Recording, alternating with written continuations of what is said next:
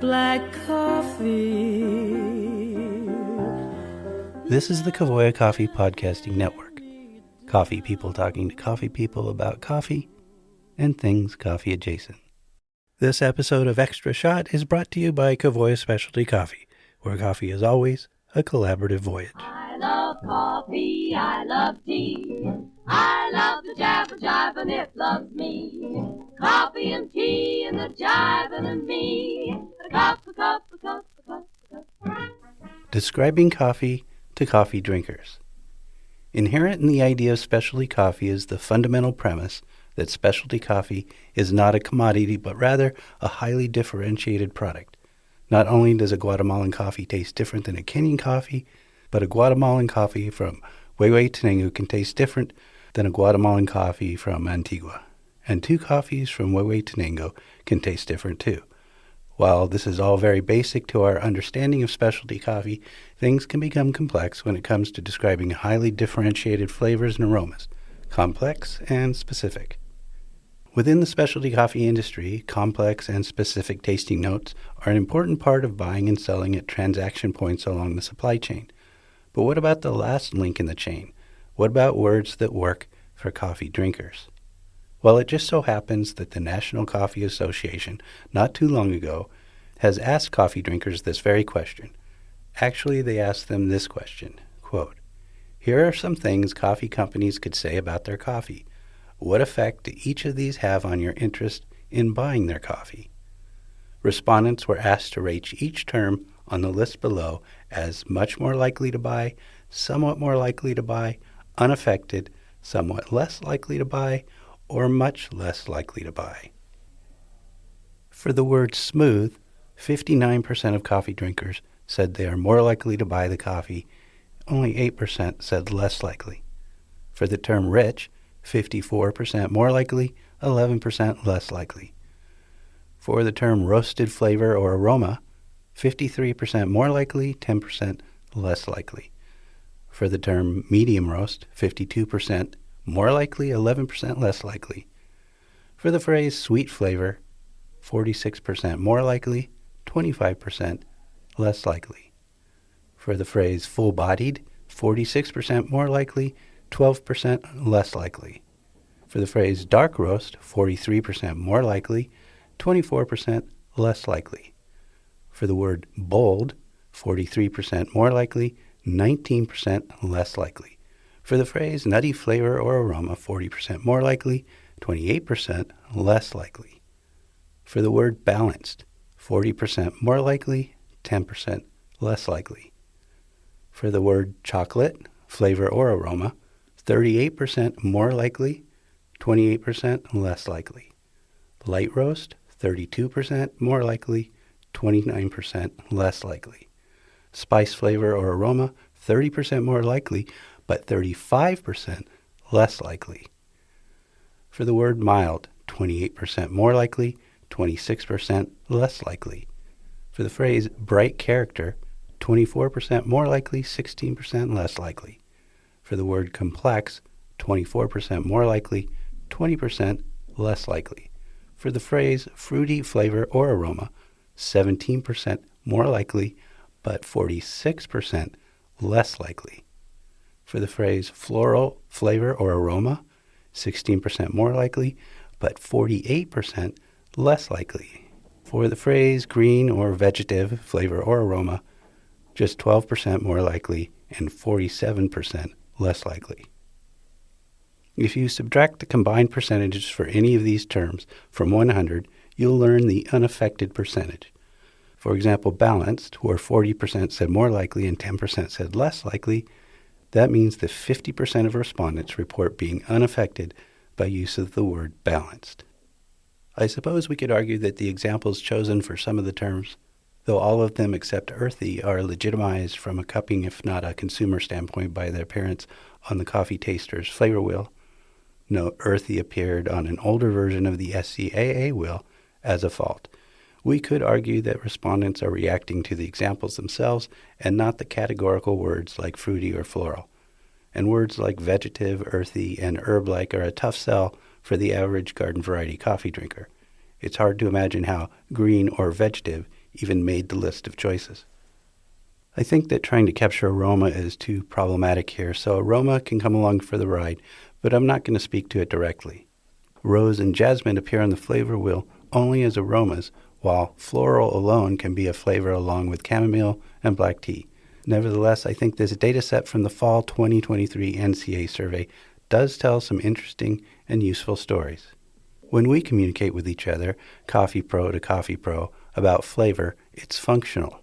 We're attempting to place a given coffee into a realm where its subjective value and potential utility can be considered with some establishing context, like flavor geography.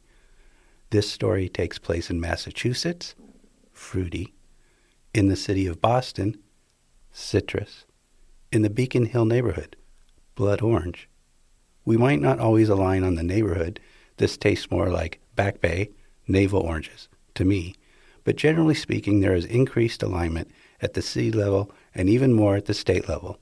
If you tell a coffee trader you'd like to sample some citrusy coffee, there is a high probability that you'll experience the coffees they send you as citrusy. Even when flavor descriptors border on esoteric or veer toward poetics, the purpose is practical. Flavor notes are part of the process of buying and selling coffee. These tasting notes often remain attached to a coffee as it moves through the consumer marketplace, but at that point their purpose has changed. No longer embedded as one aspect of a complex purchasing process, flavor notes on a bag of roasted coffee are there to inspire a relatively simple purchase decision. Looking at the list we just went through, some of the words that coffee drinkers indicate are most likely to pique their interest are words never or rarely used at a cupping table. Words like rich and smooth don't just lack specificity, they're almost anti-specific. And yet more than half of the people surveyed say these words work for them. And what's more, almost half indicate words that are very common at a cupping table don't work for them at all. And considering over 48% of respondents report drinking specialty coffee yesterday, and 57% say they had a specialty coffee beverage during the past week, I'm not sure we can or should ignore their preferences. At the same time, using the word rich will feel uncomfortable for most specialty coffee roasters because we don't know what it means, really, even though there is a long tradition of using that word in coffee. I'll admit to some amusement with the idea of trying to achieve industry-wide alignment on the meaning of the word rich, using the old SCA cupping form. This little thought experiment will quickly reveal the challenge of the word. For a coffee to achieve the designation of rich, I imagine outstanding flavor and heavy body. Full-bodied is the dictionary definition when applied to a drink, with moderate sweetness and acidity. Your imaginings will likely differ. And anyway, mining the list we went through for words to use on your website or a bag of roasted coffee might not be the first and best takeaway. For me, the first thing to look at is how the data falls out, with very broad but familiar terms at the top and very specific and unfamiliar terms at the bottom, where they even have a negative score. For people who taste and talk about coffee flavors almost every day, it's easy to lose perspective. Fruity, floral, and spice are all common regions of flavor at a cupping table. Not so, apparently, among many coffee drinkers. It's a good reminder that the coffee taster's flavor wheel is a tool of the trade and was never really intended to provide language for marketing and selling roasted coffee to consumers. Flavor wheel terms almost always benefit from additional off-the-chart drill downs. All of this is not to say roasters should avoid listing floral, fruity, and spice notes when present. It's more of a yes and thing.